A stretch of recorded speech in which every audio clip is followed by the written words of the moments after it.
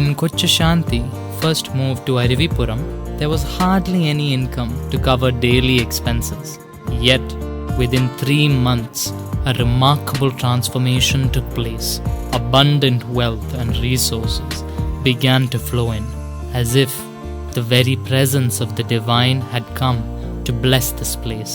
Throughout this time, Kochashanti's mind was consumed by a single thought: seek the true path to self-realization.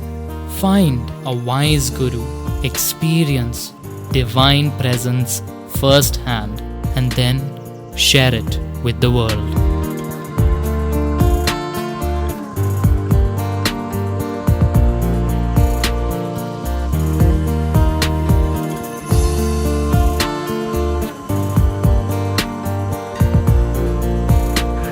ഗുരുവിൻ്റെ ജീവിതത്തിലെ ഏറ്റവും ചരിത്രപരമായ സ്ഥലങ്ങളിലൊന്നായിട്ടാണ് അരുവിപ്പുറം കാണുന്നത്. ഇവിടെയാണ് നമ്മളെല്ലാവരും എത്തി നിൽക്കുന്നത്. നമ്മളെപ്പോഴും ഗുരുവിൻ്റെ ചരിത്രം ഓരോ ദിവസവും കേൾക്കണമെന്നാണ് പറയുന്നത്. രാമായണം, മഹാഭാരതം പോലെയുള്ള ഇതിഹാസങ്ങൾ അതെല്ലാ ദിവസവും ചിലപ്പോൾ പാരായണം ചെയ്യപ്പെടുന്നതാണ്. അത് നമ്മൾ കേട്ട് തഴമ്പിച്ചു പോയ കാര്യങ്ങളാണെങ്കിലും അതൊക്കെ ജീവിതത്തിൻ്റെ ഒരു ഓർമ്മപ്പെടുത്തലാണ്.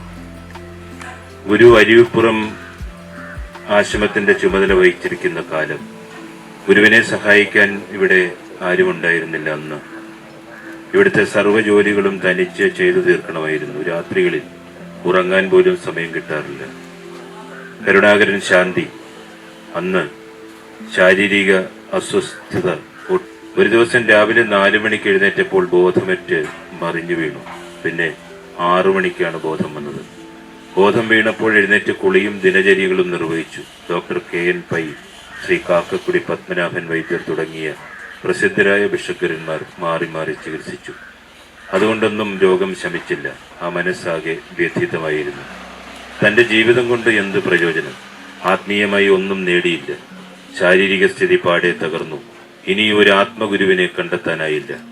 അരക്ഷിതാവസ്ഥയുടെ നടുക്കടലിൽ മുങ്ങിത്താഴുന്ന ഭയാനകമായ വീർപ്പുമുട്ടൽ. ദുഃഖത്തിൽ പൊതിഞ്ഞ കിടാത്ത കനലായ ആ വീർപ്പുമുട്ടൽ ഗുരുവിന്റെ മനസ്സിൽ അവശേഷിച്ചു. എത്രയോ സ്വാമിമാരെയും സന്യാസിമാരെയും പരിചയപ്പെട്ടു. അവരോടെല്ലാം ആത്മീയ അനുഭവത്തിനായി ആരാഞ്ഞു. എവിടെയും ഫലം നിരാശയായിരുന്നു. ആർക്കും പകരത്തിനൊരു ഗുരുവിനെ കാണിച്ചു കൊടുക്കുവാൻ കഴിഞ്ഞില്ല. ശിവഗിരിയിൽ തന്നെ എത്ര സന്യാസിമാർ. മരുത്വാമലയിലുണ്ടായിരുന്ന സച്ചിദാനന്ദ സ്വാമി 2-4 മണിക്കൂർ വെള്ളത്തിൽ പൊങ്ങിക്കിടക്കുമായിരുന്ന പാലക്കാട്ടെ ബ്രഹ്മാനന്ദ സ്വാമി, ആലുവ അദ്വൈതാശ്രമത്തിലെ സ്വാമി, സ്വാമി ശിവാനന്ദ പരമഹംസരുടെയും ആലത്തൂർ ശിവയോഗിയുടെയും ശിഷ്യ പരമ്പര, കുറ്റാലം ശങ്കരാനന്ദ സ്വാമി, അങ്ങനെ എത്രയെത്ര പേർ. ആശ്രമ ജീവിതം നയിച്ചതുകൊണ്ട് എന്തു ഫലമാണുണ്ടായത്? തനിക്കോ തന്നെ പോലെയുള്ള സന്യാസിമാർക്കോ പൊതുജനങ്ങൾക്കോ ഏതെങ്കിലും തരത്തിൽ അനുഭവപ്പെടുത്തി കൊടുക്കുവാൻ ഒന്നും കഴിഞ്ഞില്ല. സന്യസിക്കാനുള്ള തീവ്രമായ ഉൾപ്രേരണയാൽ വീടും പെറ്റമ്മയെയും ജന്മനാടിനെയും ഉപേക്ഷിച്ചതാണ്. എത്രയോ ബ്രഹ്മചാരികളുമായി ഇടപെട്ടു. ഇവരുടെയൊക്കെ ബ്രഹ്മചര്യം തെറ്റാണെന്ന് ബോധ്യമുണ്ടായിരുന്നു. അതുകൊണ്ട് അവരുമായി അധികം ഇടപഴകുമായിരുന്നില്ല. മനുഷ്യജീവിതത്തിലെ സത്യസന്ധതയുടെ ശുദ്ധ സത്തയാണ് ബ്രഹ്മചര്യം. നിഷ്കാമകർമ്മിയുടെ ത്യാഗത്തിന്റെ ശുദ്ധിയാണ് ബ്രഹ്മചര്യം. ആ സത്യശുദ്ധിയെ കാത്തു വളർത്തണമെങ്കിലേ വീടിന്റെയും നാടിന്റെയും രാജ്യത്തിന്റെയും കഴിഞ്ഞുപോയ കാലങ്ങളിലെ ശരിയും തെറ്റും വിവേചിച്ചറിഞ്ഞ് ധർമ്മം പുനഃസ്ഥാപിക്കുന്ന കർമ്മഗതി സ്വായത്തമാവുകയുള്ളൂ.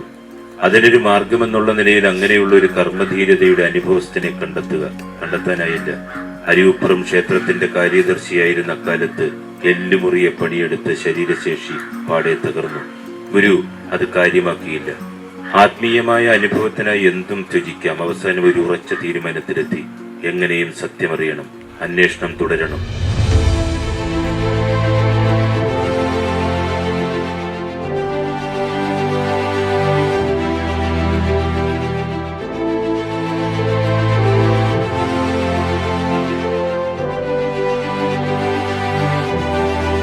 Driven by this quest, Karunagaran Shanti resolved to meditate for 41 days at Koduduki Mala, the sacred site where Sri Narayana Guru had once performed intense penance.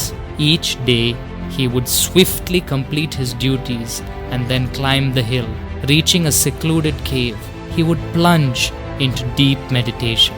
though his time there was limited, necessitating a quick return and repetition of the routine.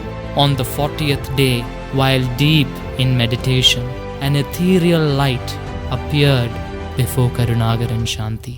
In his spiritual vision, a figure materialized within the light, smiling gently with a mix of tenderness and compassion. This divine image imprinted itself vividly in his mind, causing a slight tremor to ripple through his body. The figure, radiating love and grace, gradually faded away, leaving an indelible mark on his soul. A week had passed since Karunagaran Shanti's profound spiritual vision at Kodutukimala. One day, while in Neyattingara, he was struck by the sight of a calendar in a hotel. It depicted the very monk that he had seen in his vision. Eager to learn more, he patiently waited until the shop emptied and then asked the owner, "Do you know which Swami's image this is on the calendar?" The owner responded, "Of course, that's Shridi Sai Baba." Karunagaran Shanti felt a surge of immense joy, realizing that the great soul who had appeared to him was none other than Shridi Sai Baba. ഞാൻ ഗുരുവിനെ കണ്ടിട്ടുണ്ട്, ഗുരുവിൻ്റെ കൂടെ നടന്നിട്ടുണ്ട്, ഗുരു പല കാര്യങ്ങളും പറഞ്ഞിട്ടുണ്ട്. ഇതെല്ലാം എനിക്ക് ഇന്നും ഓർമ്മയുണ്ട്. ഗുരു നല്ലൊരാളായിരുന്നു. അങ്ങനെ ഒരാൾ വിശന്ന് വന്നാൽ ഒരു പിടിയെങ്കിലും കൊടുക്കാതെ അവിടെയില്ല. During his time in Aruvipuram, his assistant and friend Vijayan approached him with an intriguing proposition.